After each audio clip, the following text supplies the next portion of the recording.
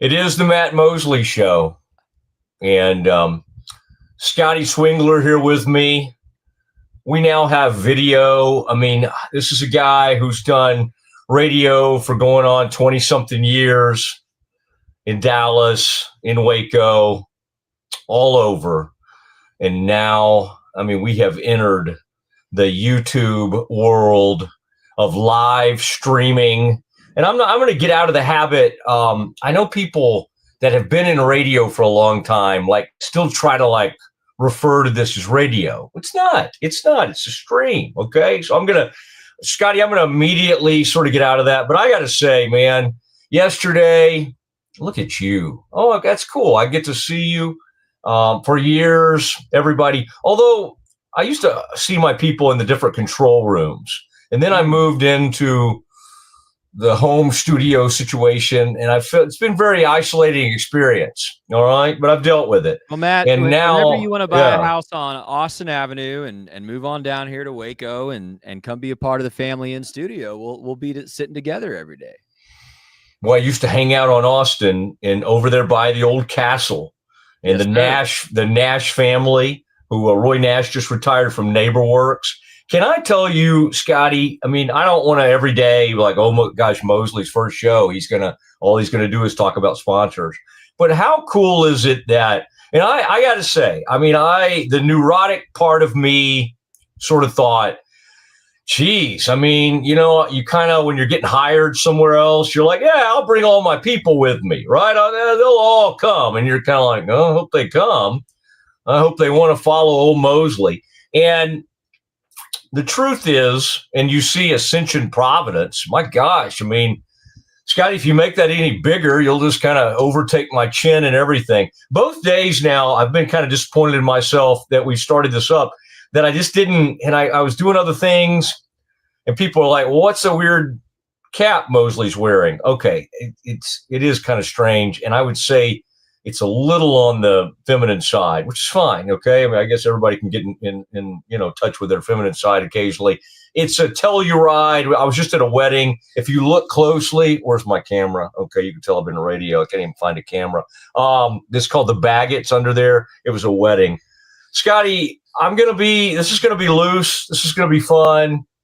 You and I are going to have a great time. I think Pete's going to join us here in the second segment today. Yes. I mean, you'll have to scream at me, like if we have to take a break or something. But in regards to our sponsors, and you found out in our great sales team, Nikki, Matthew, you, Corey, you know, I used to kind of have this thought. I got to say I'm so old school because like one sales call I went on with Rogue like a year or two ago, Corey shows up like with his cap turned around backwards or something. And I thought to myself, oh my gosh, I don't know. And then I realized, I'm like, you know what? We're a young, I mean, I don't think Pete and I qualify, but we're a young company, exciting, cutting edge, innovative. And so the cap turned around backwards. I'm not going to be like Cowherd.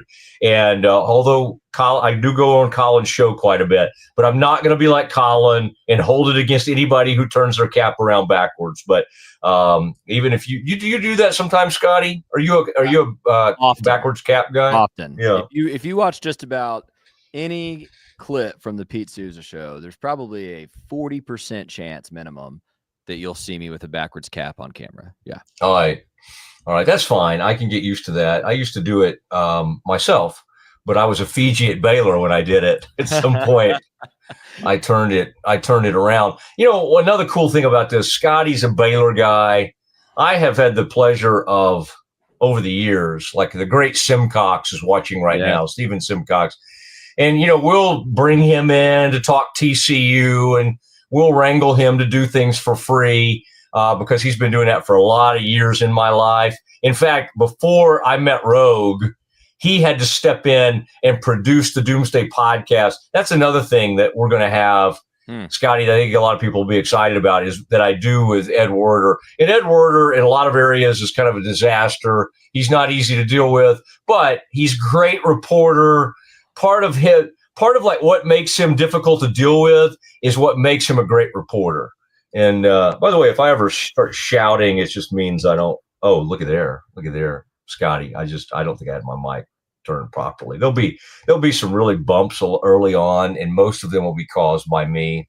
I promise you that. If you're kind of wondering what's Mosley like, where is he?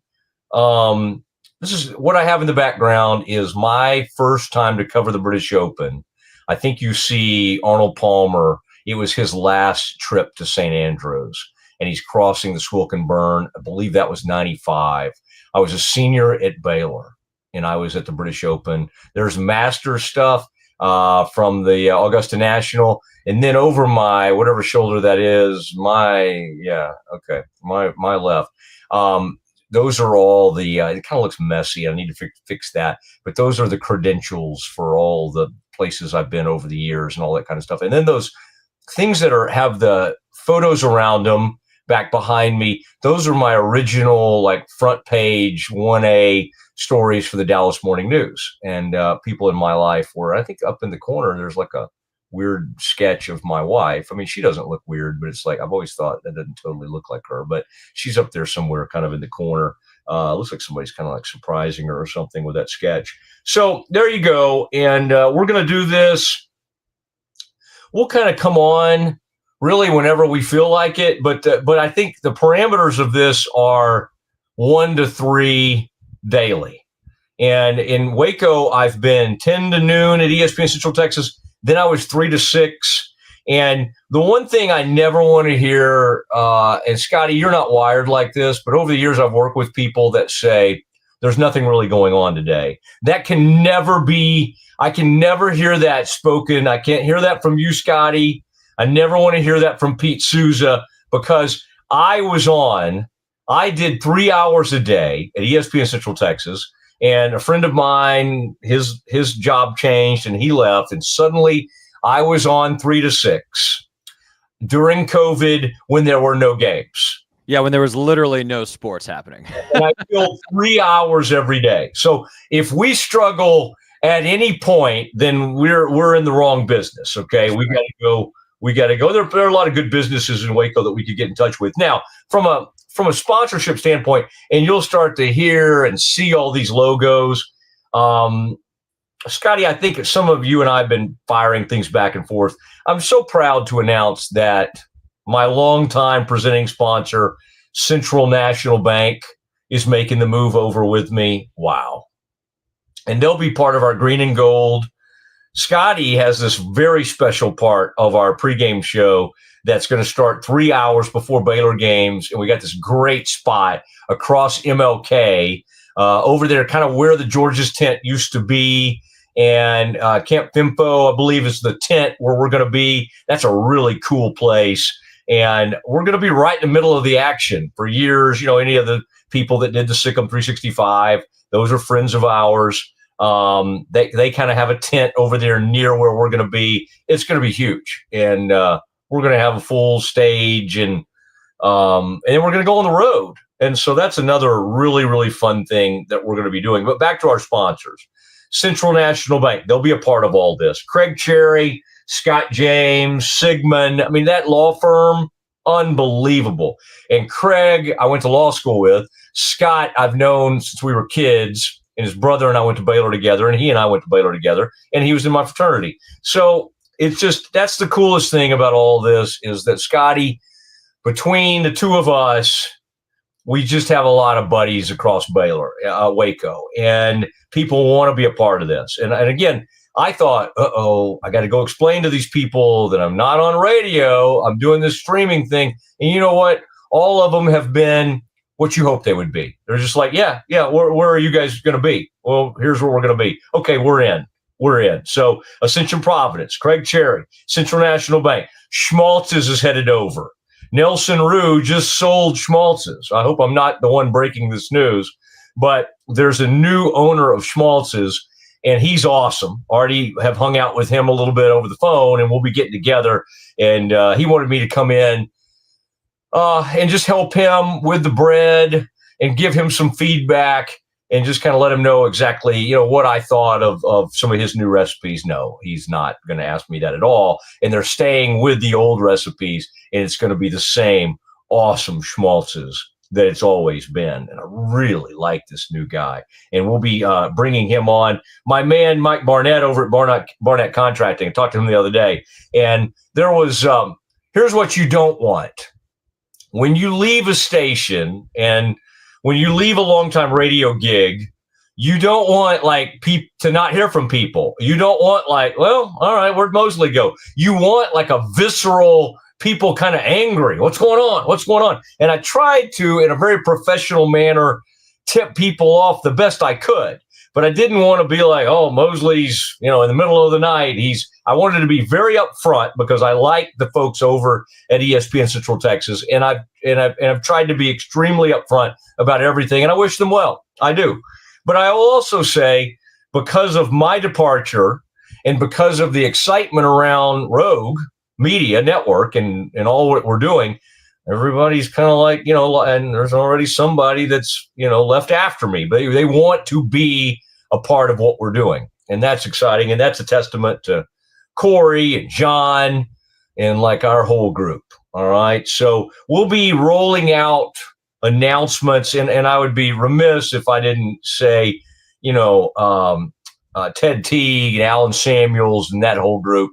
Yeah, they're headed over. They're headed over and already have done some stuff with 365 Sports, and they want to be part of the Mosley show. And Ted's a great friend. And the cool thing is, there's a lot of crossover. Some of these other shows that we have, I'm buddies with some of the people they're buddies with. We'll figure it out. We'll make it work. And this is a new me, Scotty, just kind of a go along to get along. Okay. Not going to get any battles or anything. I'm just gonna whatever. We're all friends here.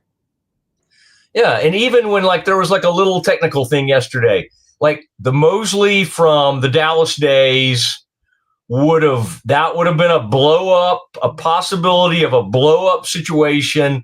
And I have worked with people in radio who are like that, and that's in the past, thank goodness. And there are young people still in the business that'll tell you it was like working with me, Scotty. I think they say really nice things, and I was a good mentor, and they look back, but it's almost like a football coach where you look back and go, well, that was a good experience. But during it wasn't always that pleasant. Yeah. I do remember one particular guy, Craig is his name. He's now in Washington, D.C. covering the Commanders. And he at some point said to me, Mosley, everybody walks on eggshells around you. To which I said, well, that's the way I want it, or something. I was not. I've just become a kinder, gentler version of myself. I will say a little bit because I didn't really get to say proper goodbyes to all the ESPN Central Texas people that we need to train on how to do this. I'll be tweeting stuff out, Facebook. Scotty, we'll make this as accessible as possible for anybody that's well, I'm a radio guy. Well, okay. Yeah, that's fine. Do you know how to turn on the internet? Yes. Do you know how to shoot? Do you have to send an email? Yes. Have you ever been on YouTube? Yes.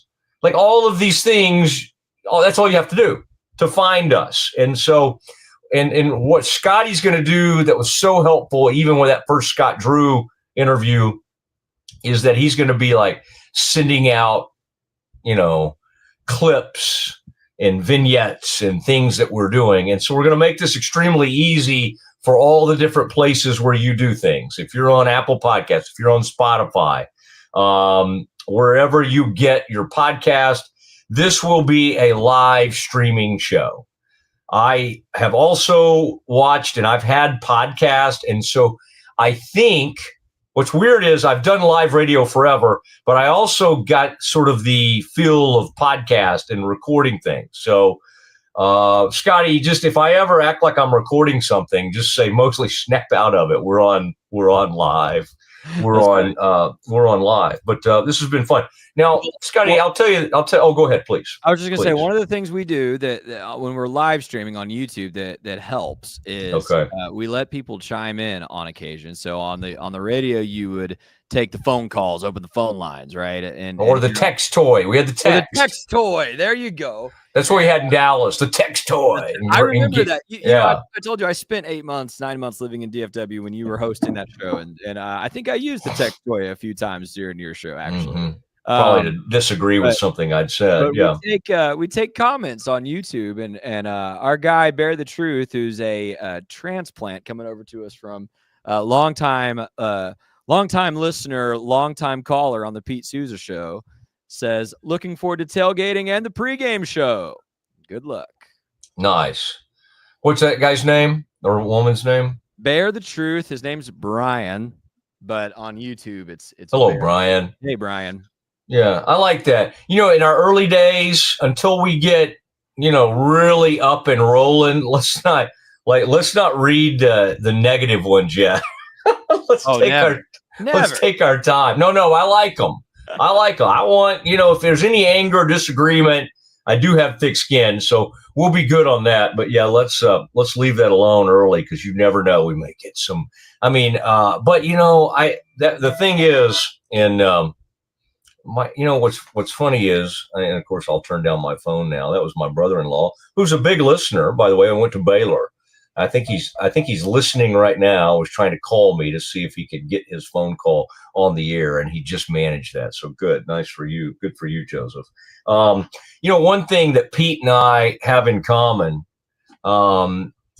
is that we just dropped folks off at college, and Pete has a fiance, and he's got a beautiful, and it's a really, really great family that he's going to be a part of.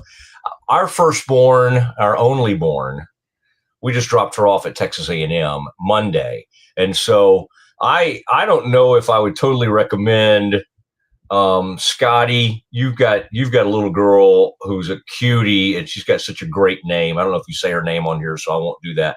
I love her name because it's actually something I used to call my wife.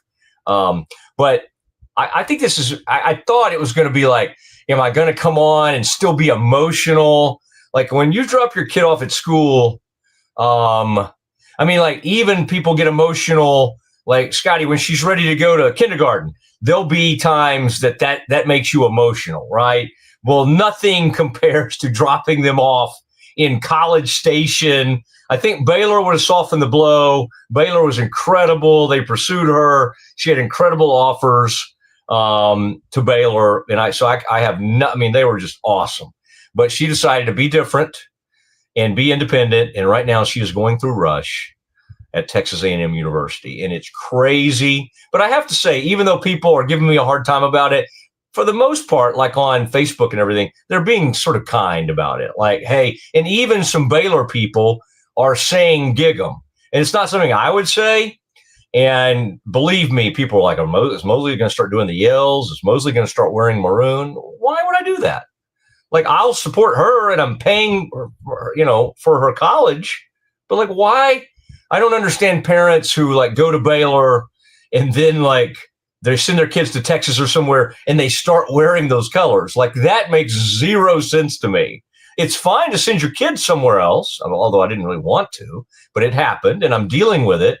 But like, I don't, Scotty, do you get that? Like, I don't quite understand the parent who is a dyed-in-the-wool Baylor fan or a fan of another school, and they send their kids somewhere, and then they become a huge fan of that school, especially if they're a Big 12 school or they play Baylor. Like, that doesn't, used to be in the SWC with Baylor, like Texas or Texas A&M. Mm-hmm. I have a hard time relating to that.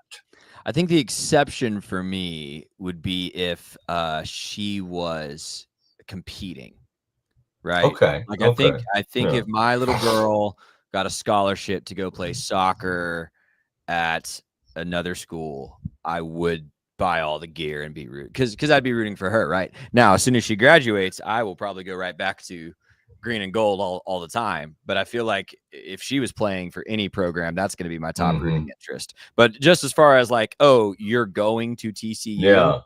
No, I'm not going to suddenly wear purple. Like, I'm almost I don't want to wish this upon you, but I just to kind of I always want her to go to TCU or UT and just see if you deliver on this. Now we're projecting too much. I mean, we're projecting 17 years into the future. Yeah. Have we hit the first birthday? We have. Okay.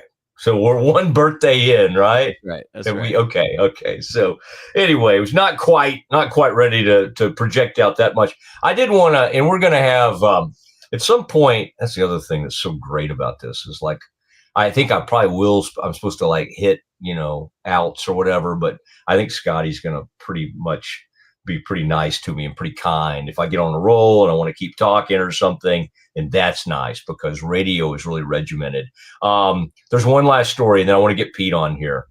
I did find it funny at ESPN Central Texas, and I like this new owner / program director, Gary Baxter. He was a famous player at Baylor. Like if he weren't for like some kind of so-called competitor, I'd just have him on sometime. I mean, he was a great player at Baylor. Might have been about the time Scotty was going to Baylor, probably a little bit earlier than Scotty was at Baylor, but he was a great player and he played in the NFL. But when they were trying to get me to stay at ESPN Central Texas, I found this kind of comical, and I don't know what this says about me that they thought this would sway me.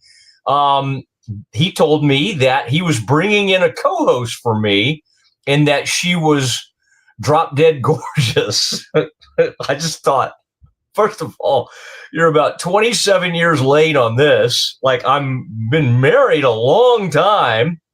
She's doing the show remotely. It's radio. Like I bet she is lovely and I bet she is gorgeous and that's great. But like, why would I care?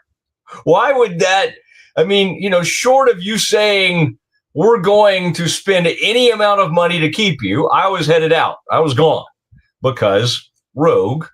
It excites me. The whole thing kind of excites me. So, but anyway, I did find that kind of funny. It was not like, hey, we'll pay you this amount. It was like, we're bringing in a very attractive co-host. It's radio. Like, I don't understand. Like, why would a 50-year-old man, like, why would that sway him? But anyway, okay, lots going on. And he's waiting in the wings. This is a show where we'll have people like yesterday we had Scott Drew. We'll have Barry Switzer if we could figure out. I mean, I don't know. Barry will have even a harder time than I do getting on StreamYard. Wade Phillips, Eric Nadel. I mean, the list goes on and on. Like huge Pro Football Hall of Famers, DeMarcus Ware. But we'll also have Pete Sousa, the star of the Pete Sousa Show. He does a Big 12 show. They've brought in somebody from Rice to co-host it with him, but that's fine. I always give him a hard time about his co-host, mainly because I don't understand why I'm not his co-host on there, but that's okay.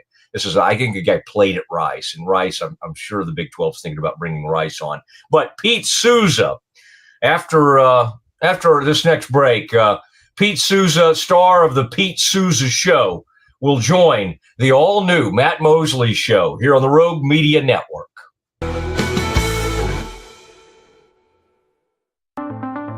Transform your workspace with Hanomi Ergonomics. From adjustable chairs to standing desks, we provide solutions for comfort and productivity, whether at home or in the office. Improve your posture, reduce strain, and work smarter. Visit us at hanomi.co today. That's HINOMI.co today.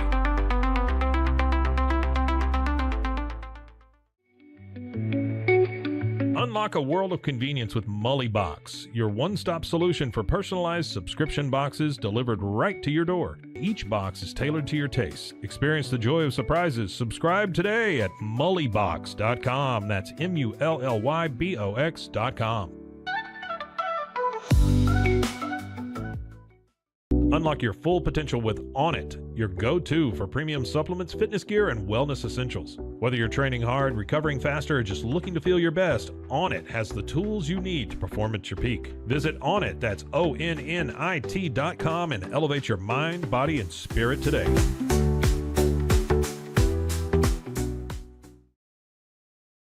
At Rolls Rolo, we don't just sell wallpaper, we create cohesive, cozy spaces. Our deep understanding of design means every pattern, color, and texture is carefully chosen to complement your home. Plus, we use advanced technology and water-based inks for vibrant, eco-friendly prints, ensuring a healthier environment. Visit rollsrolla.com to transform your space today. That's ROLLSROLLA.com today.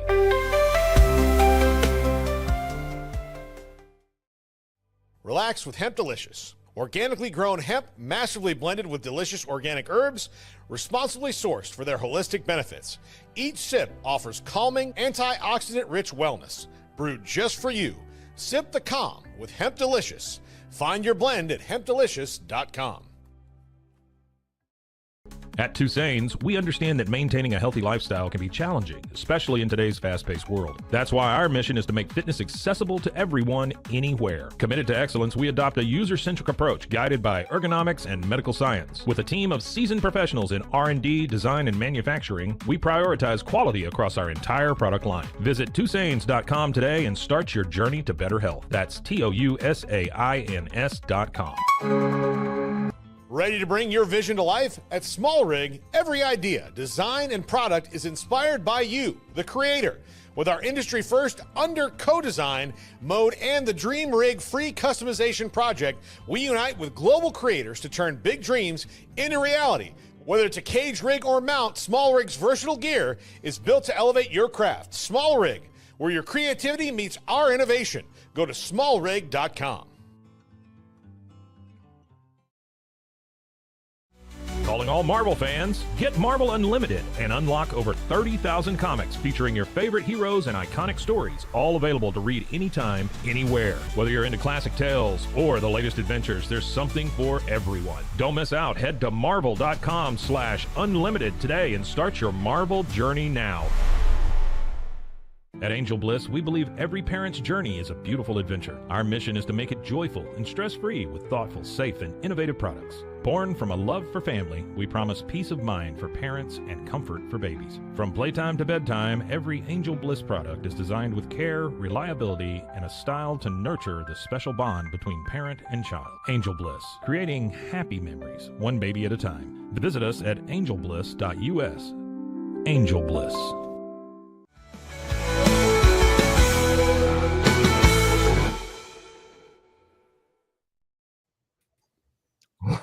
It is the Mosley show. Yeah.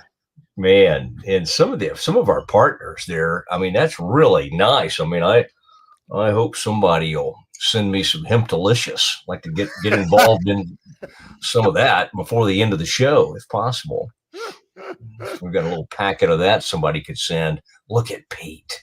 What has Pete got on today? Pete's got I did slip on my shades for you, Pete. This is how most people know me. If you see me in public, I don't know why. This is the shade I like more. And I've been wearing my normal like readers, and I think it freaks people that know me and have been around me. It freaks them out when I have normal glasses on. And Pete, this is how I think you're comfortable being around me.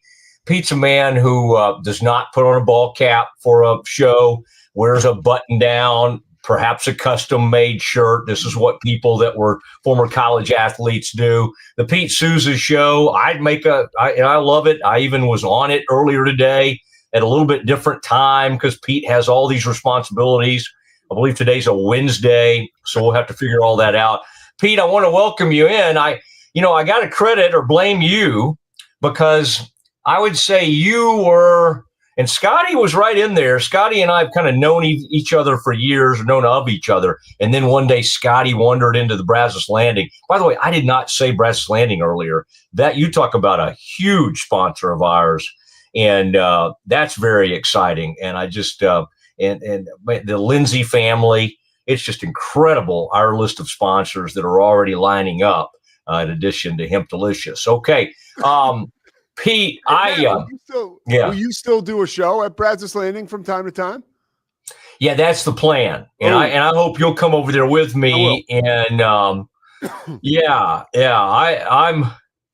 like the worst. I mean, like I'm good at like sort of bringing people in, sponsors and all, but like I think I made a lot of promises to people, and I don't think I've told Scotty yet, That's what we do. Like our sales staff, I'm just like, yeah, I'll be doing daily shows Monday through Friday from the Brazos Landing. In fact, I'll be out behind the Lindsay's barn. I've made a lot of promises across Waco, and I'm going to live up to some of this. But Pete, what I was getting Mosley at, are going to be on the Brazos River in a pontoon boat doing a live show. We should do something like that. I think, Pete, they thought you and I it would be too much nonsense. I really made a play for you and I to like do something together, like on a pretty regular basis. And it was just like, no, we don't think that would work. It's interesting how we still get treated like children as adults. No, we can't do that. No, it's fine. Yeah, we can't do that. But Pete, you were early on when I was kind of like, I don't know, I got this call. I don't know what these guys are up to. Like I've had moments in life, even in the past year, where I am bad about like getting a really cool opportunity and blowing it off. And then later, like these buddies of mine are like making a bunch of money. And I'm like, wait, that was bad. Okay, that was a bad move. But you were the one, and I'm not saying I was blowing it off, but I was just kind of like, I don't know what they're doing. I hadn't met Scotty yet. I didn't know Corey yet. I didn't know Mike. I mean, Mike, is one of my closest. I don't think he would term it that way, but I do like where Zach's awesome. I just didn't know everybody yet. And Pete was the one saying, you'll like these guys. Like you should do it. They're like the real deal. And that's kind of what kind of made me make the call, take the call, and kind of started down this path. And there were moments like where I'm like, oh man, because my radio station got mad that I was doing something with Rogue, and we kind of had to call it off for a little bit. But Pete, I just want to give you credit for sort of being a cheerleader in a sense for Rogue. And I think you've been a great representative of the organization. And I would credit you for kind of getting the ball rolling on all this. Well, look, here's what I'll say. I'll flip it back around and I'll credit you because I never thought there was any way we could pry you away on a daily basis from your show. But I did have a real desire to link you up with the folks over here because of the Doomsday podcast. Because as much as I grew up as an Eagles fan, the Cowboys were front and center in my life. Basically all 84, 83 till, I got into the middle of college, late into college. So I was always bedazzled by the star and all of that. And you and Werder were familiar to me, and you were kicking ass on the Doomsday pod. So I was like, Corey, you got to get this guy. Like, this makes sense. He's a Baylor grad and he's a national guy. Yeah. So it was a pretty easy pitch for me. It made perfect sense. Well, I appreciate it. And Werder, when you guys did the Micah Parsons, which was must listen, you guys the day that Micah said he wanted out of Dallas, you and Werder did a show, which was awesome. And at the end, Ed Werder was praising Corey Dickman and Rogue Media. Yeah, like I was getting goosebumps. Yeah, I wish you could see some of the emails he's written. Okay, where it's not always praise, but no, Ed's great. Ed's a fan. I've told him about you, Pete, and so Ed's become a fan of yours too. Yeah, told him about your career and where to find your show and all that kind of good stuff. And he's becoming a Sousa guy as we speak. So that's good. And I think, by the way, Ed and I are kind of like neighbors because like my fiance is Flower Mound. And I'm up there a ton. And I told you I saw him at Mia Dia, but I was too scared to say hi to him. Yeah, probably a good call. He can be a little bit unapproachable. No, he would have been fine, especially if he thinks somebody's recognized him from TV, which is how you would have approached him. He would be totally fine with that. I think you and Scotty, boy, that's been a really cool pairing because you hit the ground running with all your Big 12 stuff. And even though you've tried to basically become a member of LDS by doing so many games there, Scotty being such a huge Baylor guy, I mean, you naturally, because you've been around Waco for a good while, you had a lot of Baylor knowledge. But I think between the three of us, there's a huge amount of institutional Baylor knowledge. And, I just think people can tell the posers from the real Baylor people. Not that you had to go to Baylor, but we are like a lot of schools. I'm sure A&M in Texas is like this to a certain extent. We're a very insular, like, wait, are you one of us? Are you not one of us? And Pete, because you've been so gracious and kind, and you've rarely been negative toward Baylor. In fact, I'm probably way more negative toward Baylor than you are. People have brought you in, adopted you, and all that kind of thing. But it's a passion for people like Scotty and me because, it's family, it's generations. My father played for Baylor from 67 to 70, kind of a rough era in Baylor football. There's been a lot of them. And it's just a passion. And I grew up on it. I grew up on the SWC. And anyway, I just think this is going to be a lot of fun. But now, Pete, for people that are, kind of joining my show and are wanting to know more about the Pete Sousa show and everything, you do TV as well. And you do football, you do hoops. You're really good at both. You do a lot of traveling in the spring, and you find a way to kind of do your show from the road and everything. Now you're starting year 2 of this Big 12 weekly show, and I think you were taping that this morning. Are you still doing that from Waco? Are you going to do that from the DFW area? How's that working out? They're kind of moving towards the DFW area. That's where the offices are. But for now, the relationship with Raycom, and it's wonderful, has us shooting the show, where I used to be a morning anchor at KWTX. And that's where I was this morning.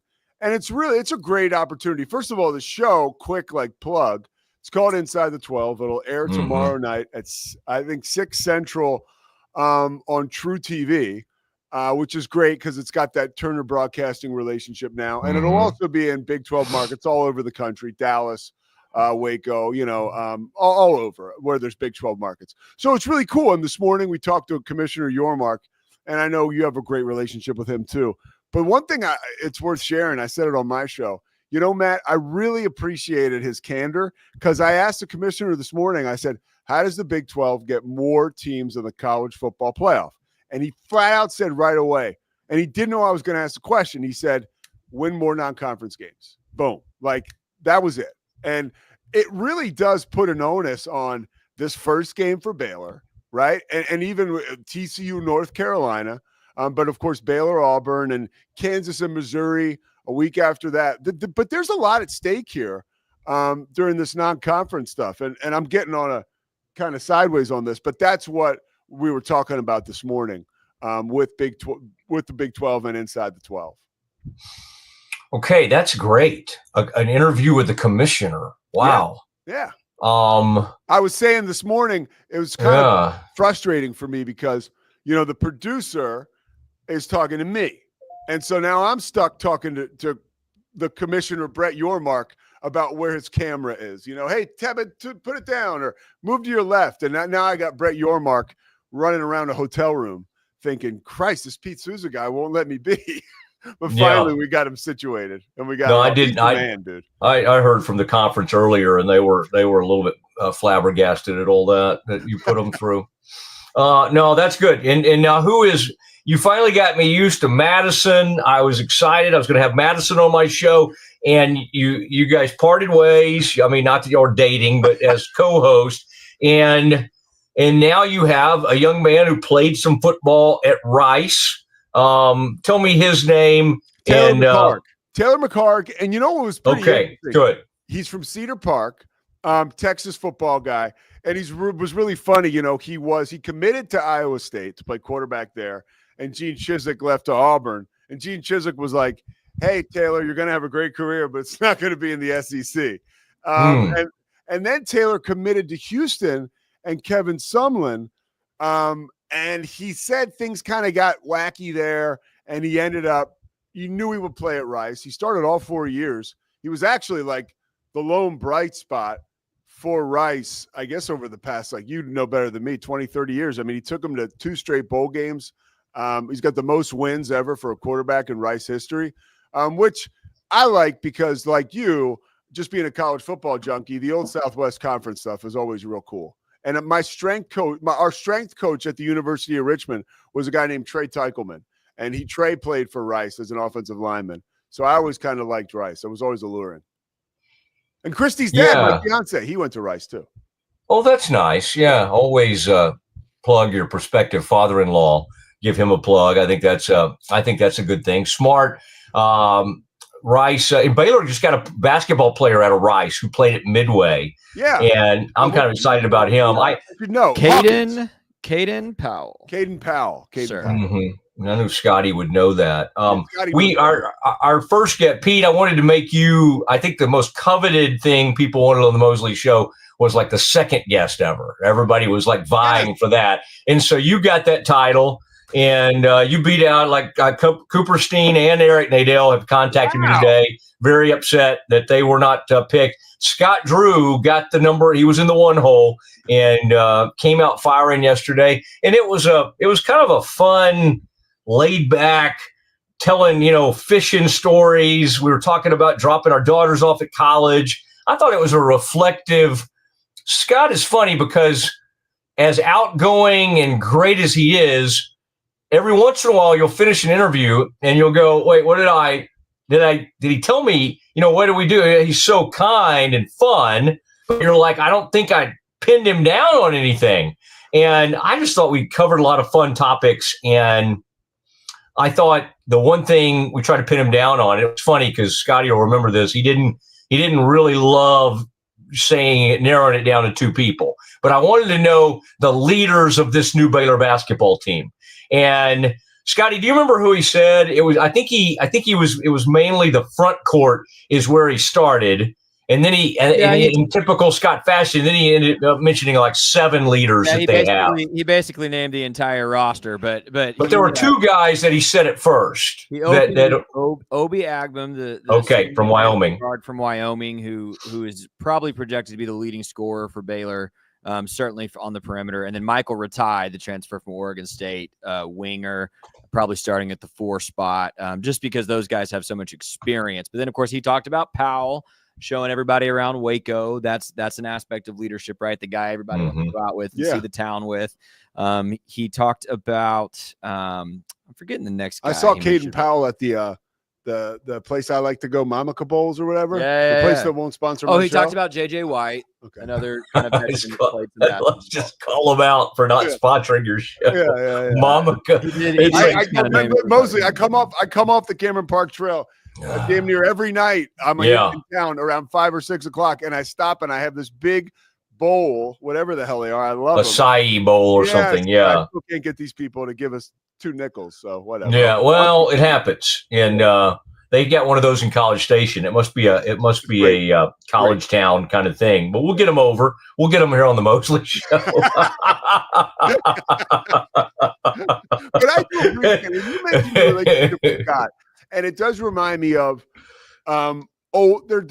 you're part of a dying breed, dude. Like journalists who actually have personal relationships with the people they cover, but those personal relationships don't interfere unless they get hoodwinked by a very savvy head coach like Scott Drew. But usually they don't interfere with somebody's ability to cover the team, right, in an objective fashion. And you are one of those people. Those people they're not around anymore. One, because people just don't go to people that cover sports don't go to games like they used to. And so they're covering from afar. So they don't even know who they're talking about. And there's a lot of vitriol kicked around. But no, I appreciate like your role in the sports media space, that you can have Scott on, but still keep him honest and hold him to a high standard. That's a big deal. I used to be too honest. We still have a really good friendship, but we would be at like a party together for a mutual buddy that was turning 40, I think. And I would find myself in a conversation with Scott. It was like I was way too confident, I think, at the time. I don't know. I was like 38 or 39. And I would find myself telling him that he's not playing a certain player enough. And like telling him that Deuce Bello, who, by the way, he was right not to play. But I remember telling him, and I also had Scott, I think both you guys would like this. Scott's you don't truly have a great relationship with a coach until they get really mad at you, and it's kind of like a best friend or something, until you've had like a big fight, or even your wife or something, you find out, okay, can we get past it? I'm about to say I don't look for fights. I guess I kind of do. But Scott, one time, okay, during COVID, so it was 2000, the season they won the national title, I guess, or maybe it was before. Anyway, that season, you remember they had a lot of players out, and they had this incredible run they were on, but then they got sick, and they had some players get sick because of COVID or whatever. And somebody within the program, because I always had a hard time being, okay, on one hand, I'm a radio personality, I'm a Baylor guy, I want the team to win, but on the other hand, I'm a news hound. And I want the news, and I want to report the news, and I don't want to. I do protect my sources, okay? I do that. But when I have news, I want to get it out there. And so someone within the organization had tipped me off on who had COVID, who was available, and who wasn't, and how many starters were out, and who could play like in that next game or whatever for Baylor. And none of us could go to work. We were all homebound, and it was COVID and blah, blah, blah.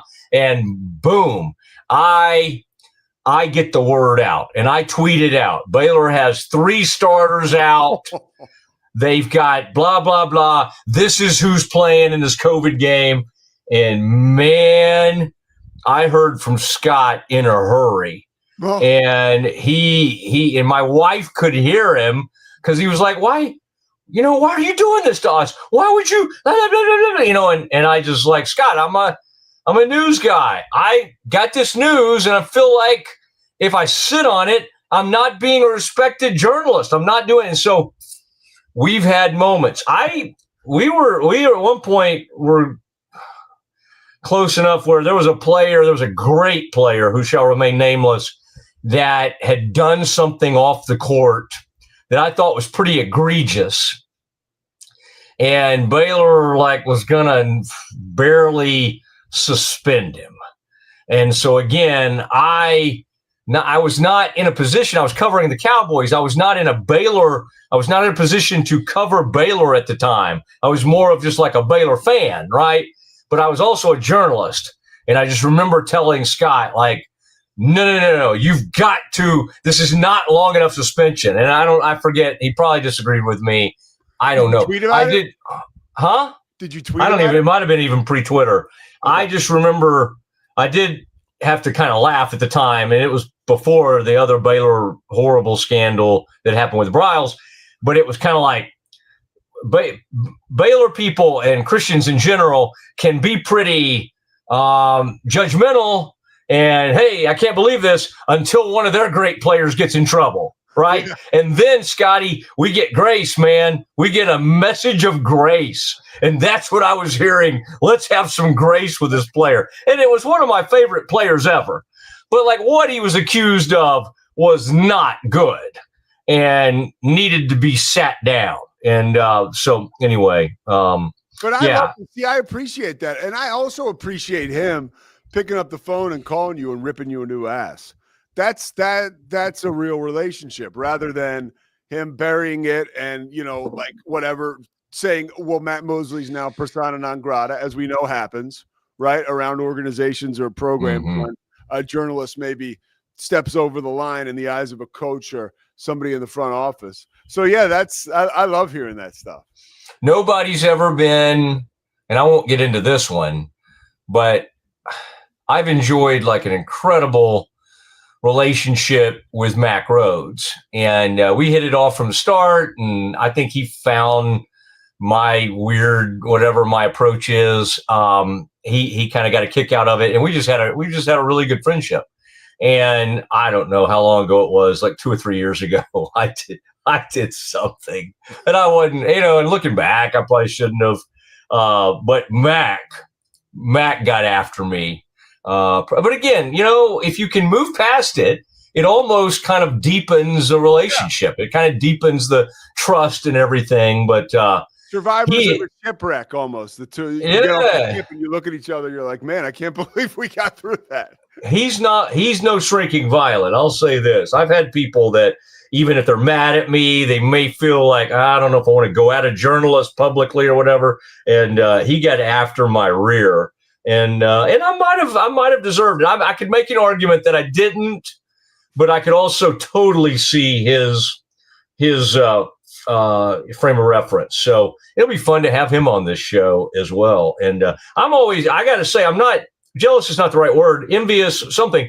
When Pete gets those, and y'all have had that great relationship with GXG and all that, and I couldn't get that guy ever to call me back. He was like a professional model. I guess he kind of looked more like Pete. Maybe that guy was like not. I did not. Whatever. I did not. Abercrombie and Fitch model.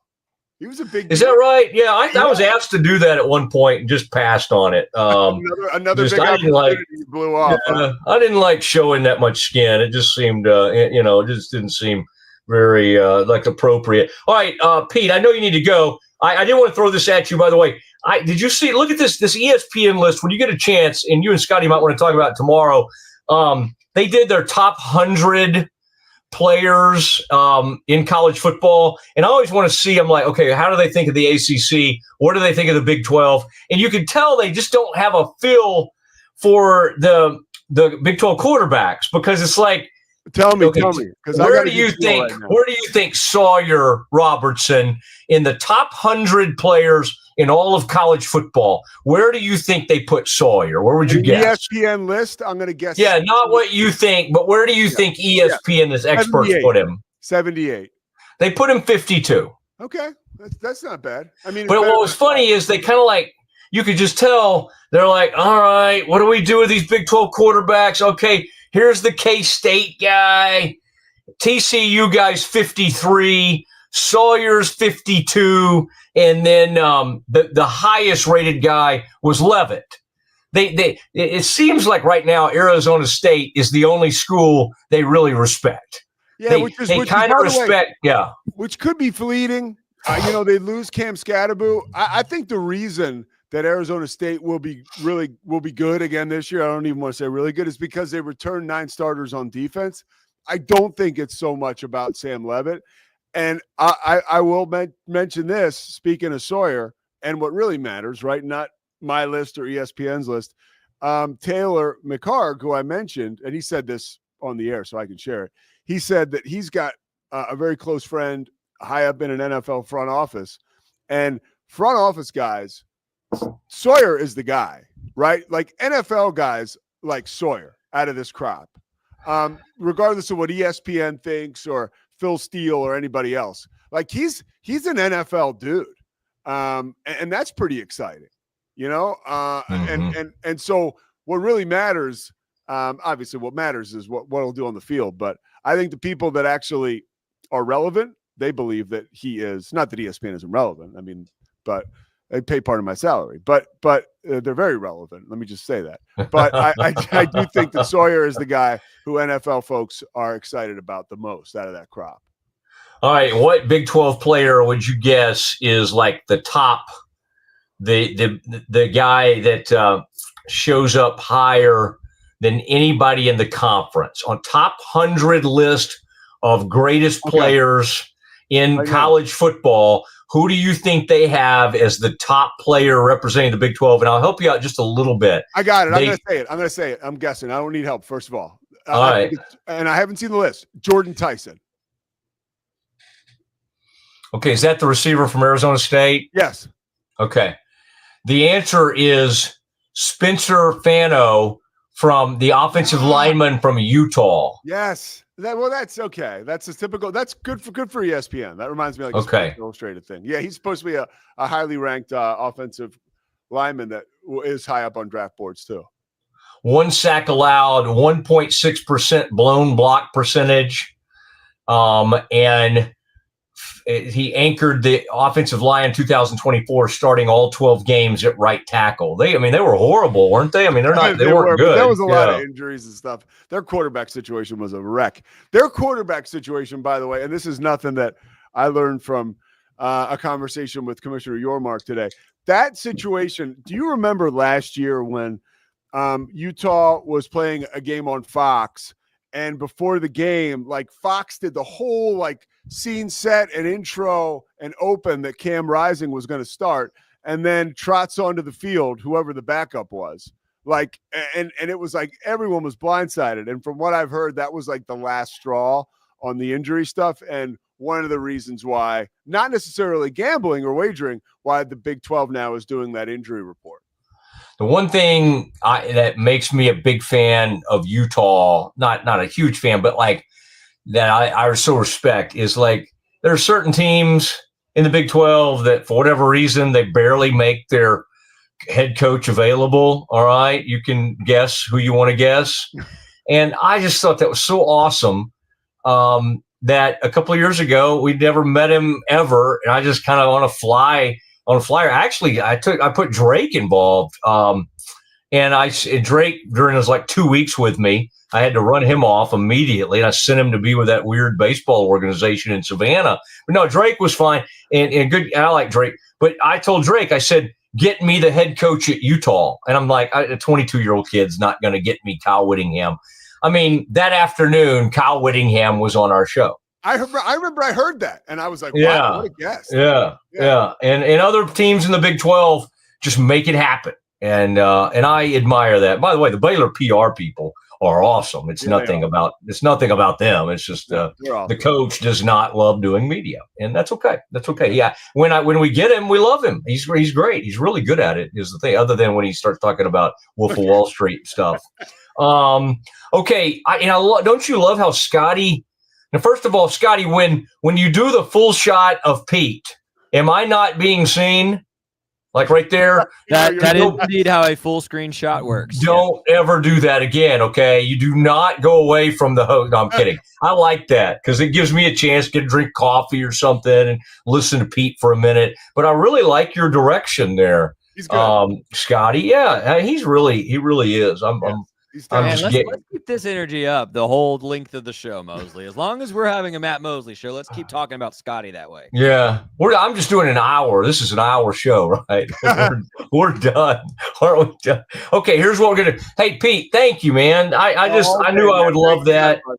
Yeah, and have a great rest of the day. This has been an extremely busy day for you with the inside the 12, and I mean, my gosh, and then the Mosley show, the Pete Sousa show, dealing with Scotty and Zach and all the guys. I mean, it's quite an office there. But go over to Mama's, get you a good acai bowl. They'll probably give you like one strawberry or something in there, and just enjoy. Crap, I will be there around 7:30, 8 o'clock tonight. If that's great. If wanted to assassinate me, it'd be pretty easy. I do the same stuff over and over again. Okay, glad you gave everybody an opportunity there. All right, some of your people mad with some of your Big 12 takes. All right, Pete, I appreciate it, buddy. You got it. There he goes. Pete Sousa has been he's been sent packing. No, he was great. We love having him, and we'll do that. I'll go on Pete's show sometimes. He'll come on my show. Scotty, I mean, I don't know how in the world you've got so many things on your plate. Oh, brother. That you do his show, my show. Yesterday, after the Scott Drew interview, you put together really a great amount of clips and fun stuff. And so I don't know how you're keeping the energy up. You got a young daughter. I mean, you've got a lot going on in your life. So just know that I'm very appreciative of that hard work. My pastor literally texted me last night and said, hey, man, checking in. Are you okay? How can I pray for you? I don't know how he knew. I was like, brother, I have a lot to do. Yeah. I said, balance. That's the prayer. Balance. Sleep, maybe. Can your church sponsor my show? Can churches do that? This church is big enough to probably do that, but I don't know. We may have to limit some of what you could say on the air, Matt. If we no. Hey, listen, that Pete has, you heard him say the A word. That's not really my style, but Pete uses this medium well, and he gets some of that Philly language out there, even though his mom's like great friends with the Pope. She's playing, Words with Friends every morning with the Pope. Matt, he's got, I think, the most subscribers right now of any show at Rogue Media. So Who, Pete does? Yeah, I think so. Give us till Friday. No, I'm kidding. Mount Sousa is going to be a hard one. It's going to take, Scotty, it's mostly you, because you're going to have to take a lot of this nonsense and boil it down into these little bite-sized pieces. But man, Pete's great. He's really good at what he does. He's very versatile, and unlike a lot of play-by-play people, he's kind of like he's got opinions and he's got a basis for it, and he's really entertaining. Some people are just sort of good at one thing, and that's fine. But to be able to do all these different things, that takes a lot. And does he make a lot of money? You know he does. But it's nice. It's nice to be able to pull off and wear a lot of hats, although he didn't have one on today. Okay, let's tell you what we're going to do. Let's do some Campus Confidential for our long-time listeners to the Mosley Show as we kind of introduce you to what we'll be doing. This is where Scotty really shines, as if he doesn't always shine. And we react to some of the biggest stories in college athletics. Right now, we're gearing up for college football. But this is any story college athletics. I got my eye, Scotty, on the new methodology, the CFP, the College Football Playoff Committee. They've got their new marching orders. That is of interest to me. I want to see what's on your mind. We'll react to it in Campus Confidential next. Dive into adventure with Scuba.com, your ultimate destination for top-tier scuba and snorkeling gear. With over 20 years of experience, our expert staff, who've dived everywhere from the Galapagos to the Maldives, provides personalized advice to help you find the perfect gear for any underwater journey. Shop leading brands like GoPro, Aqualung, and Scuba Pro. Whether you're a beginner or a pro, trust Scuba.com for the best in diving equipment and expert guidance. Explore now at Scuba.com. That's SCUBA.com. Scuba.com. BizChair.com, your one-stop shop for premium commercial furniture that blends quality with affordability. From ergonomic office chairs to durable restaurant seating, we cater to diverse industries including corporate, medical, hospitality, and education. With over 20 years of experience, we offer fast shipping, exceptional customer support, and furniture solutions that stand up to high-traffic environment. Elevate your space with BizChair's vast selection of stylish, reliable, and cost-effective furniture. Visit us today at BizChair.com to transform your business. Level up your game with Corsair, the global leader in high-performance gear for gamers, content creators, and PC enthusiasts. From award-winning PC components to premium streaming equipment, smart lighting, and esports coaching services, Corsair delivers an ecosystem designed for peak performance. Whether you're a casual gamer or a pro, alleviate your setup with Corsair. Shop now at Corsair.com. That's Corsair.com. Corsair. At Mitzi, we believe the right light can transform any space. Born from a third-generation lighting family, we craft beautifully designed, premium lighting that's made to be affordable. Inspired by Grandma Mitzi's eclectic style, we're on a mission to make high-quality lighting accessible to all. Whether you're updating your space or adding a unique fixture, Mitzi has the perfect design for you. Beautiful, well-made lighting without the high price tag. Discover your perfect light at Mitzi.com. That's MITZI.com. Mitzi. Founded in 1910, Samsonite is the world leader in durable, high-quality luggage and travel accessories. Made to the highest standards, our products won't let you down. We give you the confidence to get out there and explore. Inspired by the past, devoted to the present, and built to inspire a multi-generational future, Samsonite is here to elevate your journey. Travel with Samsonite and pack confidence every step of the way. Shop now at shop.samsonite.com. Samsonite. The grinder mentality that Randy and Brent Habert built into 44 Pro runs deep within our team. Every member shares a passion for the craft, the game, and most importantly, the player. When you step onto the field with a 44 Pro custom glove, you'll feel the difference. It's not just a glove, it's a 44 Pro. Crafted with dedication, made for performance, and built to last. Get your custom glove today at 44pro.com and experience the 44 Pro difference. That's 44pro.com, 44 Pro. At Angel Bliss, we believe every parent's journey is a beautiful adventure. Our mission is to make it joyful and stress-free with thoughtful, safe, and innovative products. Born from a love for family, we promise peace of mind for parents and comfort for babies. From playtime to bedtime, every Angel Bliss product is designed with care, reliability, and a style to nurture the special bond between parent and child. Angel Bliss, creating happy memories, one baby at a time. Visit us at angelbliss.us. Angel Bliss. Golf Partner, the world's largest golf store network, offers more purchasing opportunities than anywhere else. With a dominant market share and a wider selection of quality secondhand golf clubs than our competitors, we make it easy for you to enjoy the game with affordable, top-quality equipment. Join us at golfpartnerusa.com and discover why we're the trusted choice for golf lovers worldwide. That's GOLFPARTNERUSA.com. Golf Partner.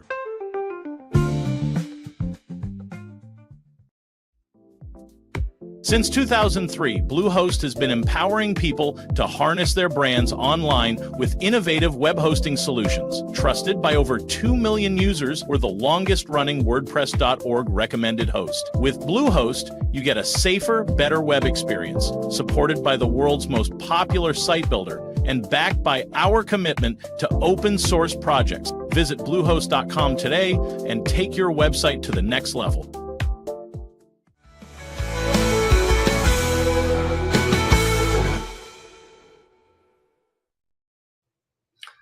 It is the all-new Matt Mosley show, and great to be with you today. Scotty Swingler and I. There he is. There's that guy. Look at that. I love the graphics, man, that you're coming up with. It is time for something we call Campus Confidential. Here we are. Matt Mosley, are you ready to react? I've got a few stories for you here. By the way, I think like a USC Trojan marching band, a Baylor.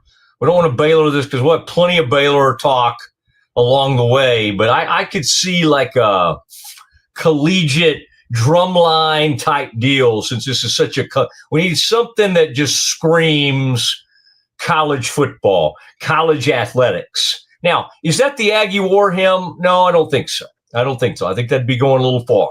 Matt, I'm going to tell you something. Yeah. Any show that I am producing will never play the Aggie War hymn. Ever. I can make that commitment to you today. Although you were only like 16, you were like 17 years old when the schools stopped playing each other. I guess at least you got a few years of that, right? Matt, story time. I was a freshman at Baylor. I was 19 years old my freshman year at Baylor when Baylor traveled to Kyle Field for that final time those two teams played. I sat in the Texas A&M student section in my Baylor Lion jersey talking so much crap before the game about how we had the to-be Heisman Trophy winner on our team and we were going to run all over them. Guess what? Ryan Swope. I don't know if anyone else remembers this. Ryan, white guy, number 25, game of his life, and ran Baylor out of the building. RG3, probably his second worst game of that season. Now, I was right about him winning the Heisman, but I was dead wrong about Baylor beating Aggie on that day, and I got sneered out of that student section with much vitriol. It was a memory I will always have with me. I like that. A young Swingler at Kyle Field doing. There's a great photo, floating around somewhere of me between two Aggies on that day, looking miserable. I'll have to find it for you. What would you do when they started the swaying? Did you remain seated and let them sway around you? Did you just stand? I stood upright with arms crossed, man. Yeah, I did not. So I was at the registration for my daughter, and the Yell Eaters went up there, and they got everybody to assume the pose, whatever you call it, when you kind of like lean over and put your hands on your knees or whatever. Most people call that. What's that? Well, don't worry about it. I know, but I think honestly, I'm not trying to be weird or rude or something. I think it's called humping it or something. I think that's what what they call it. Yeah. And I did not. I just could not bring myself Most conservative campus in America to do anything like that. I think they are pretty conservative, but they have interesting traditions for sure. All right, we will do what we call Campus Confidential, and this will be a time if you're new to the Mosley Show. If you're new to the Mosley Show, welcome. And where have you been? Where have you been all my life? I've been doing some version of a Mosley Show. Used to be with Galloway, then I brought Tim Calishow on, and so I was in radio starting in 2007 and right at the end of the 2006 season. And then I joined ESPN.com and started doing radio with Randy Galloway. And then we went about a decade at 103.3. And then in 2017, I came over to ESPN Central Texas. And now I have joined Rogue Media. And we will stream this thing. And we're going to have the time of our lives. But what we do on Campus Confidential is it's the big stories of the day or just whatever interests Scotty. Like if it's not, I'm not saying it has to be, oh, Scotty, we forgot to say something about the Washington transfer. No, it's whatever grabs Scotty's attention. Even if it's mascot related, I'm fine with that. I'm fine with that. Yeah. And so it does not have to be, I do not want you to think Mosley's questioning what I brought up. I mean, will I question decisions you make? Absolutely. And there may be 3 or 4 of them today I kind of review with you and go, hey, I think we should have done this. No, but whatever you want to go, and I'm going to react. It's going to be kind of a rapid fire situation. Scotty, what's on your mind today when it comes to college athletics? Well, it is a Wednesday, so we're catching up on some news of the week here in the Big 12. Over the weekend, we did find out, you mentioned USC a little bit ago. USC transfer to Texas Tech, Quentin Joyner, the projected starter at running back, very highly recruit kid out of high school. He is out for the season with a knee injury. So Texas Tech, despite all of the excitement around transfers and portal and money and expectations and favorites to win the Big 12, have lost their lead back for the season. Of course, this comes just after, Matt, the Baylor Bears lost their second running back, the one and only Dawson Pendergrass, for the season as well. You know, that's something we'll be talking about in the coming days is, you know, you don't want to lose anybody. Dawson was a great complimentary back to Bryson. But, like, was that an area where the Bears feel okay about depth-wise? I think it is. We'll be talking about some of those young backs. You know, one of those backs is, I think, for the Metroplex, Michael Turner. And he's of great interest to me because he was such a beloved excellent running back from the Metroplex, but I think he missed his whole senior year. There was some injury that kept him out. And so I think it's sort of been a while since we've seen him play. And so that'll be interesting. Texas Tech, you know, I'm going back and forth on, Joey's a good friend, Joey McGuire. And so part of me thinks, well, yeah, we should have him on. There's also, you know, Smokey and the guys who are 3 to 6 after us. He's good friends with Joey too. And so it was always sort of easier when we sort of had him on at different places, and Joey was great about coming on. What I don't want to do is get into any kind of is Mosley having him on? Yeah. So we'll see. We'll see. And so we will not have any kind of battles over who gets Joey or something like that. I would just say that there's a lot of hype, and missing a running back for a season does not get Joey. That's not well, Joey doesn't have as much pressure now because of all that money being spent by Cody Campbell, and Joey's okay with it, and Joey's embraced this. But Joey also knows that even more than when the Pirate was there. I mean, the Pirate would win 9 or occasionally 10 or 11 games. I mean, he only won 10 games probably twice, maybe once. And yet we think of him as the greatest coach in Texas Tech history, and that's fine. He was the greatest personality, and maybe he was the best coach ever. But right now, because of the money situation, anything under 9 wins is a big letdown for the Tech folks. And I would say even under 10, I think even 10 wins, some Tech people would be let down. I think, Scotty, do you agree? Do you think, I think the expectations for Tech are as high as they've been since Leach.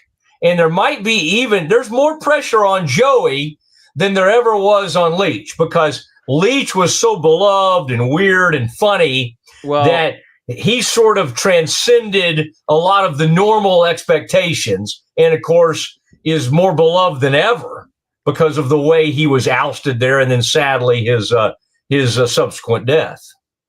Well, there's certainly more pressure, and part of that is when you start attaching it to a dollar amount, right? Like you mentioned, Cody Campbell, the amount Texas Tech's been. Our friend Shahan Jayaraja wrote that awesome feature story for CBS Sports about all the money that's flowed into that football program. That is going to bring a quicker, shorter leash, a hotter seat, if you will, for Joey, whereas Mike Leach obviously didn't have to deal with paying players in his time. I think that's a good point. And Joyner, again, the projected starter, word is they might be leaning on a true freshman from a 2A school, maybe as the starting running back now. So it will be interesting to see. Baron Morton, I heard someone else say this morning. I don't remember if it was Pete or someone else I was listening to say, Baron Morton is a guy that needs a running game. He's not a true dual threat guy himself. He's going to need the run to open up the pass. So interesting to see what happens there. Ready to move on to the next thing? Yeah. So you teased it. The College Football Playoff Selection Committee today announced that they are. And the statement itself is very heady and confusing for any casual fan. But essentially, they are modifying some formulas, some data, some advanced metrics to try and better measure what's called strength of record. So it's not just a consideration of your strength of schedule. It is a consideration of who you won against and who you lost against, and kind of tweaking the algorithm, Matt Mosley, to determine how maybe we separate some of these teams, because I think for most people last season, the first year of the 12-team playoff, the top 7 or 8 teams were probably pretty undisputed, but you got kind of into that 8 to 12 range, and you had about, 6 or 7 teams that didn't make it. I'm thinking loudly of Ole Miss and Alabama, who might argue that they belonged. And in a effort to respond to this, we've got this press release today that the committee will be using these new advanced metrics to determine strength of record, to try to parse some of that out. Of course, again, for Baylor fans, we won't talk about Baylor every single day all the time, but Mack Rhoades is chairing that College Football Playoff Selection Committee this year. All right, I'm glad you brought it up. Let's kind of peel back the curtain just a little bit more and reveal to everyone that this is an SEC metric. This is something they sort of demanded and were given. And Greg Sankey, the commissioner, who I used to have lunch with back in the day when he was he was just the little Southland Conference commissioner. They had, I don't know what the Southland had, maybe SFA and some others, just nice. He was just a nice, unassuming man who is now maybe the most powerful man in all of college athletics. This was SEC, and Scotty, this is, this has always been talked about. They've always talked about strength of schedule. Now, strength of record is an interesting way to put this, but now they have a metric and an actual a computer metric that's put in place to go to look at this. And so it's not just about it's like we've already joked about like, oh, that was a good loss, or that loss didn't hurt that team. Well, now, instead of just joking about that and saying that, there's a computer ranking attached to that bad loss. And something that Commissioner Yormark apparently told Pete and the gang earlier today on Inside the Big 12, I think they're going to be watching who teams play in the non-conference. So I mean, think about Baylor, for instance. For years, they knocked Art Briles for not playing anybody in the non-conference, and Baylor sort of kept that up under Matt Rule. Although he was getting their first year, they were getting their teeth knocked in by Liberty and everybody else in UTSA. Now Baylor has swung the opposite way.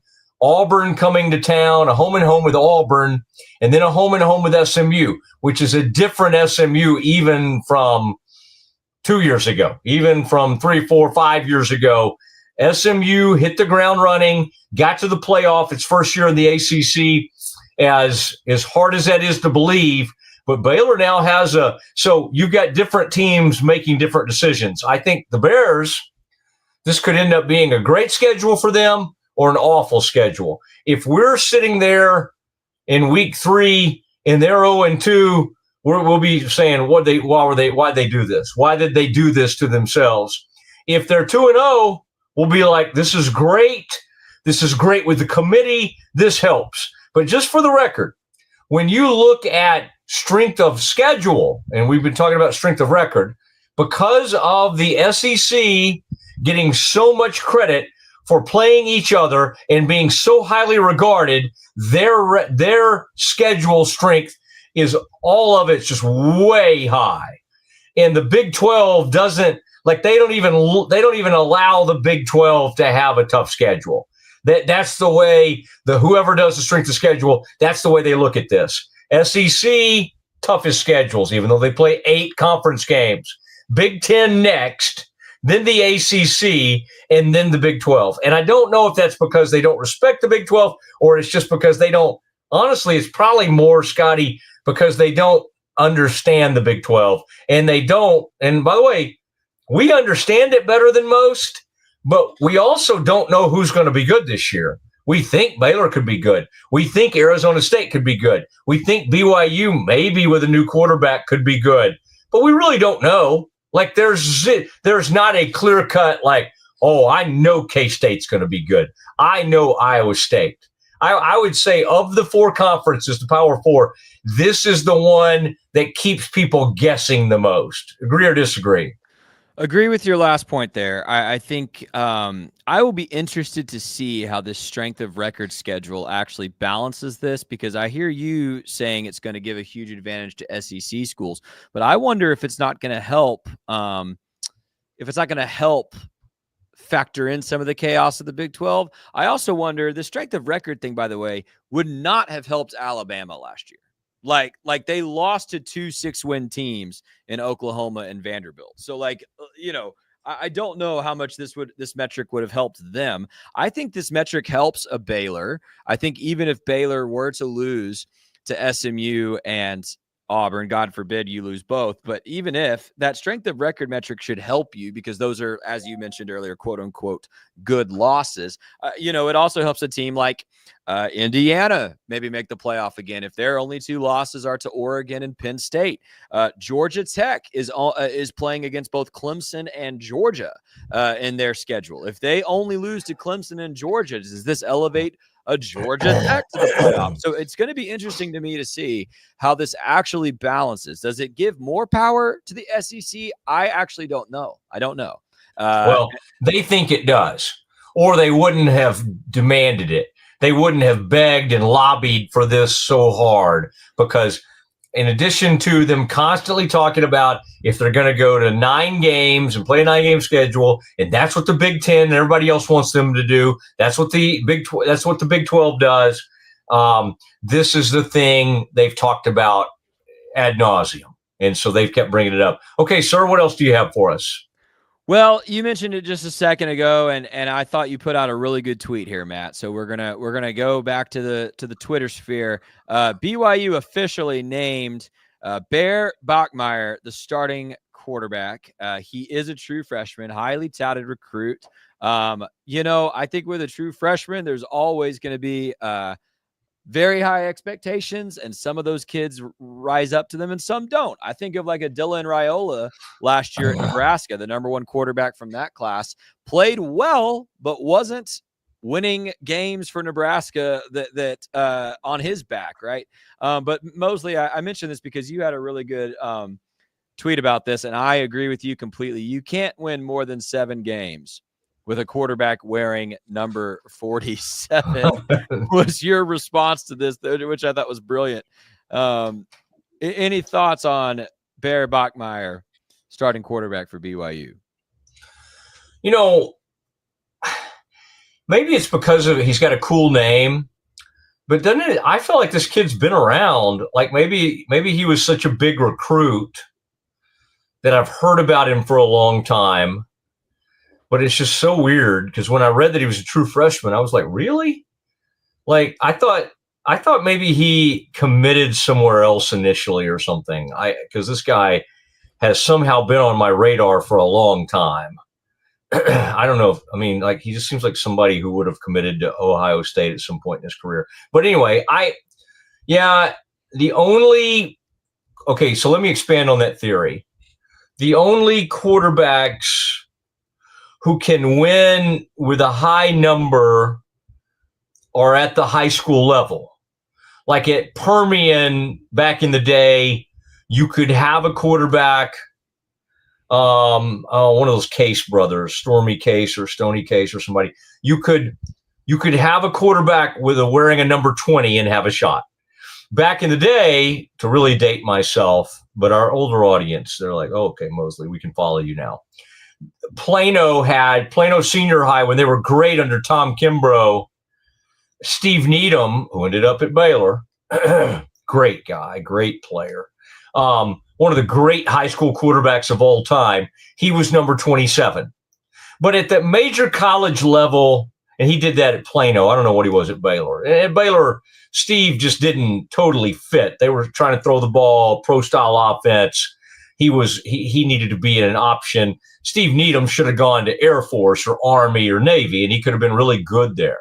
But he wasn't going to play much at Baylor. He was one of the toughest dudes ever. That's what the late great J.J. Joe used to tell me, that Steve Needham was one of the toughest dudes he ever played with. But yeah, you can't in major college football. You cannot win with the number 47. You can't win big. You might go to a bowl, but you can't win big with a number 47. Scotty, I think that's a fair point. And I mean, I love this. What I'm not used to in all these years of radio, first of all, like anybody being able to see me. And second of all, like somebody being able to put a tweet of mine or a graphic on the screen. I mean, like, Scotty, this is second nature to you. This to me is like mind blowing. There it is. Is it back up there? Let me put my real glasses on. I need to take a peek. That's beautiful to see. I remember being at a NFL training camp practice, and I was holding off on Twitter. And this would have been like 2008, 2020. 2007 or 2008. And I'm on a training camp tour in Albany, New York. And University of Albany was there.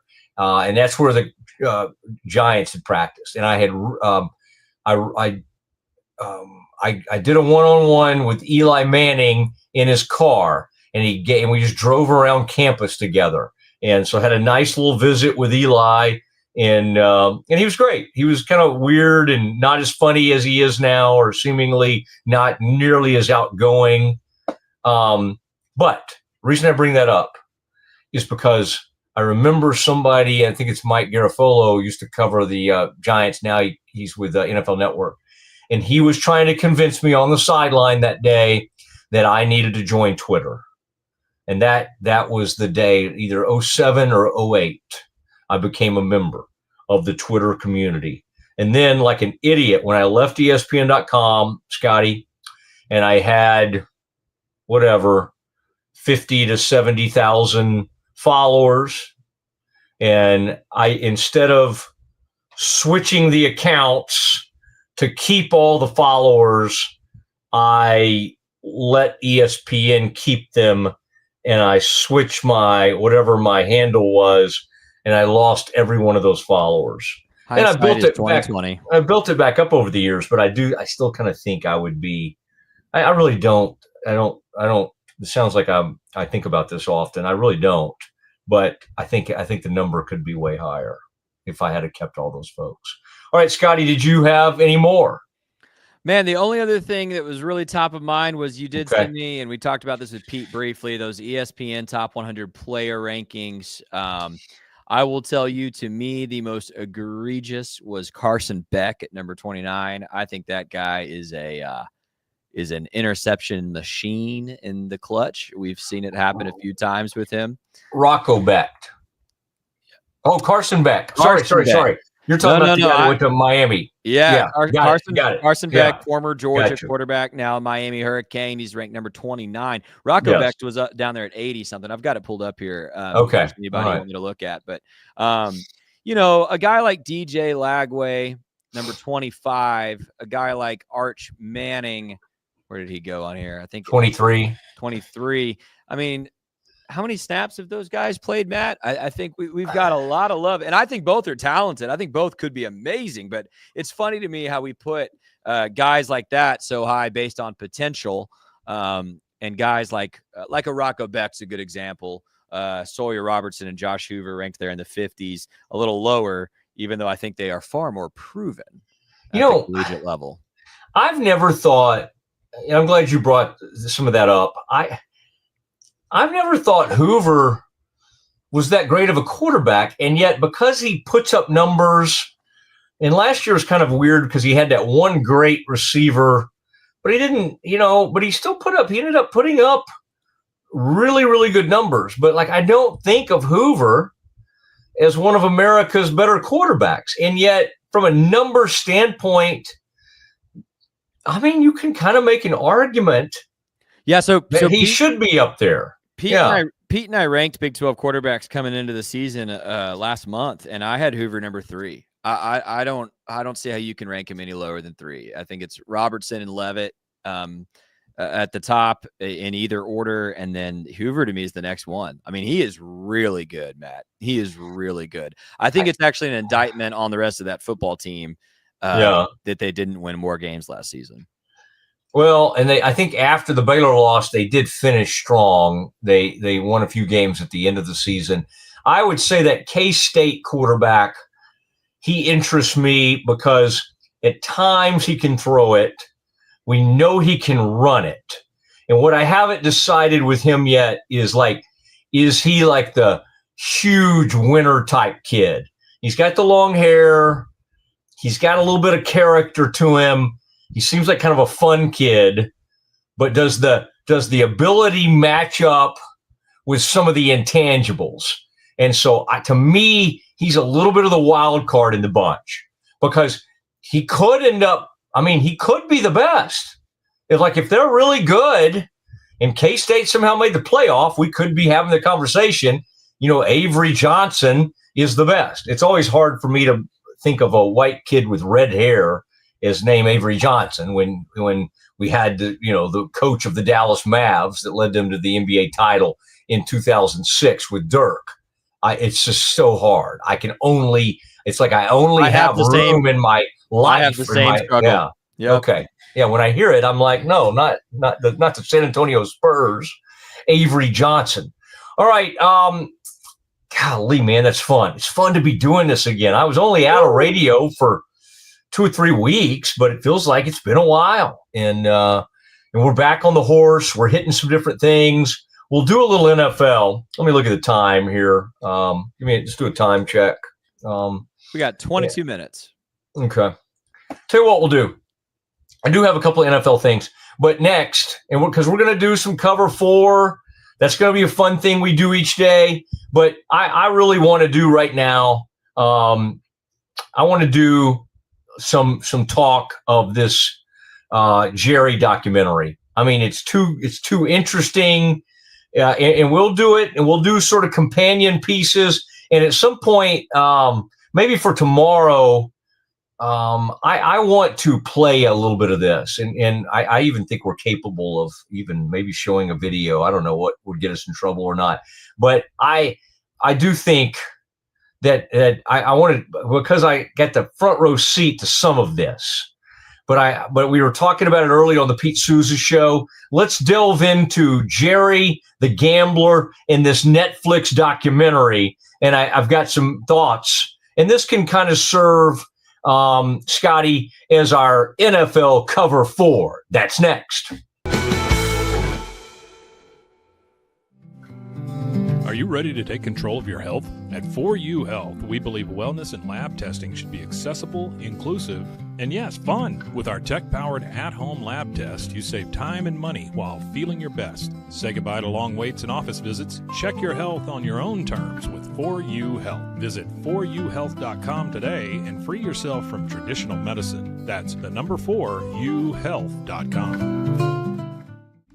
Get ready for epic savings at Best Buy. Right now, you can save up to $700 on select Alienware and Dell gaming products. Perfect for leveling up your gaming experience. Plus, grab the latest Android Google Pixel at an unbeatable price. Don't miss these incredible deals. Shop now at bestbuy.com and upgrade your tech today. At Fullwell, we bring together the expertise of registered dietitians, MDs, and OBGYNs to give you the best fertility support. Our research-backed bioavailable formulas are crafted with your health in mind, ensuring the highest quality and safety. From preconception to pregnancy and beyond, we exceed industry standards with independent testing for harmful contaminants. With our comprehensive practitioner directory, personalized care is always within reach. Fullwell, your trusted partner on your fertility journey. Visit us at fullwellfertility.com. Experience the perfect blend of exquisite craftsmanship and life-changing technology with Gevi. Every product is built with precision, featuring specialized parts that ensure durability, efficiency, and safety. We put every machine through 6,000 rigorous tests to guarantee long-lasting performance. With cutting-edge technology and a commitment to energy efficiency, Gevi makes your life easier, greener, and more convenient. Upgrade your everyday with Gevi. Visit us at gevi.com to discover more. That's gevi.com. Have you ever watched true crime television and wondered, how did they get that story? I can show you. I was a producer for 48 Hours on CBS News. In my exclusive tell-all book, I'll take you where no audience has ever gone before. Don't miss out. Secure your copy of Killer Story, The Truth Behind True Crime Television today. Available everywhere books are sold. With San, owning iconic furniture no longer requires paying a premium. We use the finest materials like Italian top-grain leather, known for its durability and luxurious feel, and apply meticulous attention to detail in every piece we create. Our replicas are crafted with the same care and precision as the originals, but a price that makes them accessible. With over 15,000 satisfied customers worldwide, we've proven that high-quality furniture doesn't have to come with a high price tag. Explore our collection today at san.com. At Covers & All, we've revolutionized protective solutions with cutting-edge, customizable covers, tarps, and curtains. Using advanced tech fabrics that are 100% waterproof, UV tear, and abrasion resistant, we ensure lasting durability with hand-sewn double-stitch seams. Our commitment to quality, precision engineering, and customizable options is unmatched. With vertically integrated operations and express shipping, we deliver premier protection at affordable prices. Visit coversandall.com today for the perfect fit, guaranteed to last. We haven't been looking for you. Wake up. Hellhound Country, available anywhere you get your podcasts. Protect your online privacy with NordVPN. Browse securely, access content from anywhere, and keep your data safe with military-grade encryption. Whether at home or on the go, NordVPN ensures your digital freedom. Stay secure. Download NordVPN today at nordvpn.com. That's NORDVPN.com.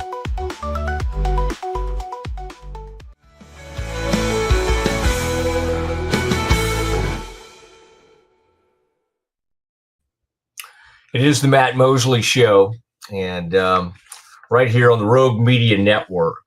And great to have Scotty Swingler with me, and it's going to be fun. For yesterday was first show. We had Scott Drew on. That was fun. We had Pete Sousa on earlier today, and we'll have a full complement of incredible guests. But show will be driven with our opinions. And Scotty's a Baylor guy, huge Baylor fan. has kind of lived and died with the Bears, much like I have. So, and again, I started the show today by just saying, and I'll have a word here in a little bit on Brazos Landing. Incredible. We'll be doing some shows from over there. Central National Bank has come over with us. Craig Cherry and his incredible law firm, Scott James, Sigmund. I mean, the whole group, that's a great group. Ascension Providence, as you see. And appreciate my man, Kevin Stevenson. Kevin's making some changes, but wow, what an awesome friend he is. Barnett Contracting. Mike Barnett and I are, he's a great friend of the show. Schmaltz's, Schmaltz's is big time, and they'll be making the move over, and some of them, it'll take a little time to transition them over and all of that. And then Scotty will be dropping by with our old friends at NeighborWorks. Roy Nash was a CEO over there.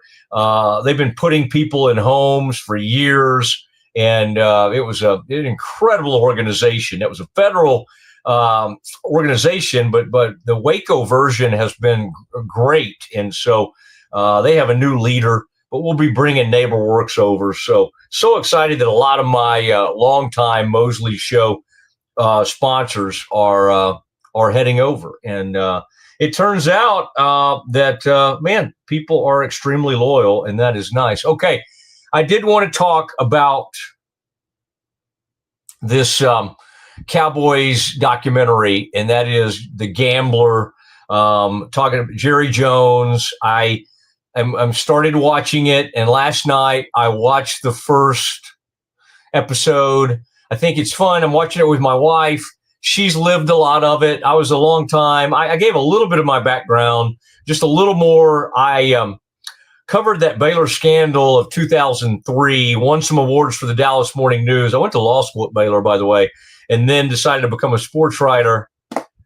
And then I ended up on the Cowboys beat covering Bill Parcells in 2003.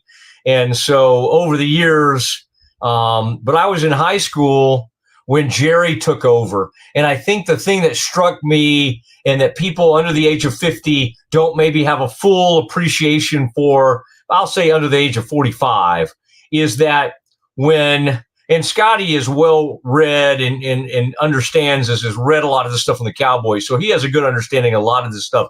But that episode last night, that first episode on Netflix, was about Jerry buying the team, Jerry Jones, and then firing Tom Landry, and how, even though the Cowboys were really bad, just how awful that was. Like how, I mean, it was like having a family member fired. It was like Tom Landry was a god. He was everything. He was Vince Lombardi, Joe Gibbs, Chuck Noll, for modern day, Bill Belichick. He was the man from 1960 all the way up to 1988.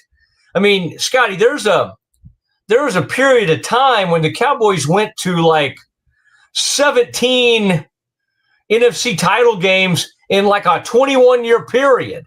Like they went every single year. It was unbelievable. Yeah. You started about 1965 or 66.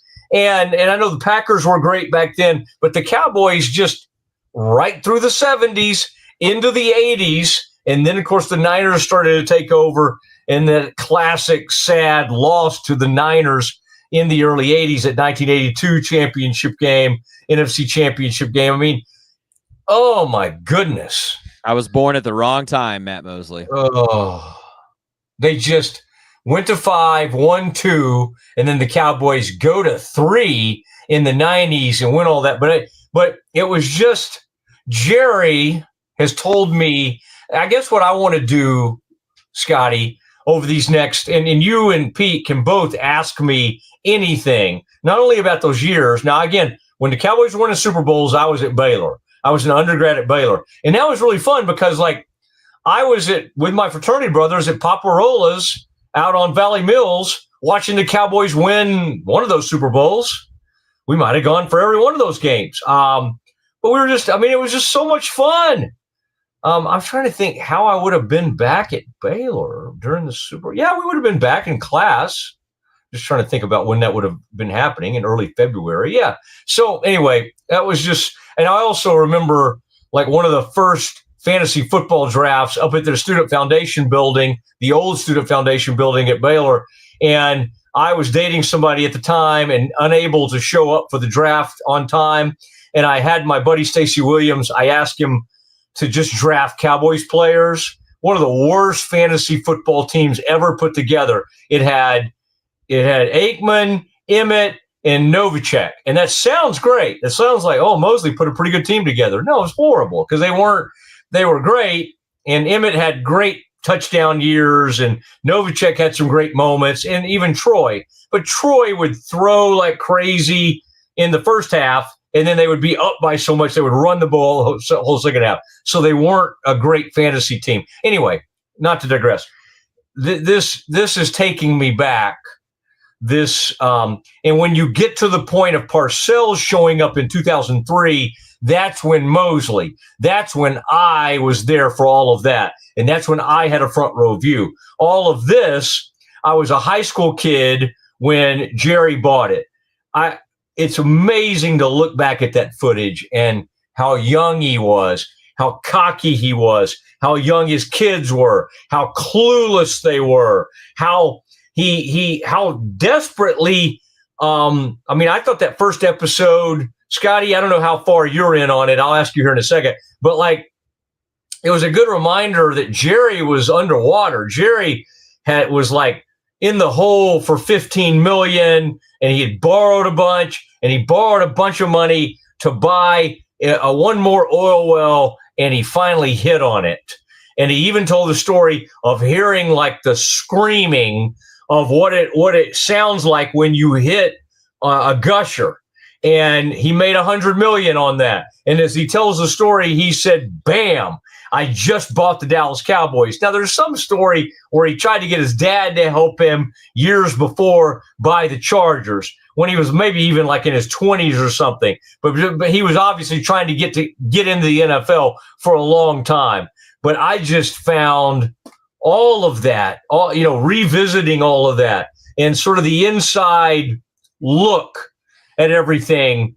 I love it. And I even love, sometimes I think they overdo it with all the ominous music and all that. But the way they've kind of taken a Western theme and they got Jerry at a desk and he's sitting there taking notes and then he just looks up at the screen, and that's kind of fun. And they have Jimmy and they have Emmett and Michael and Troy. And at some point we'll get to Troy talking about Switzer.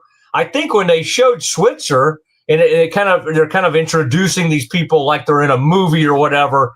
So far, I find it to be very well done. Which, by the way, if you spend, I can't even imagine what Netflix paid for the rights to do that. I mean, like it's got to be like $80 million or something. I mean, they pretty routinely spend $150-300 million on bad movies. So for something this quality, I'm sure they put up good money. I bet it was more than that.